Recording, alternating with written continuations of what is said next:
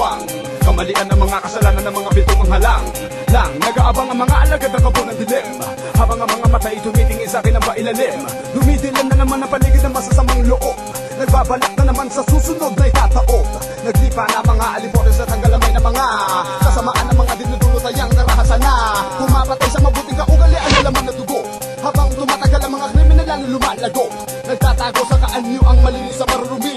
Samantalang ang paghahasik ng hindi lalo na parami, naglalakbay sa kailaliman ng lupa ang kaisipan. Habang lumalangoy sa apoy na karagatan ng katawan, kaharian ng kadiliman upang aming ginagalawan. Muling maghahasik na naman ang mga tinagurian.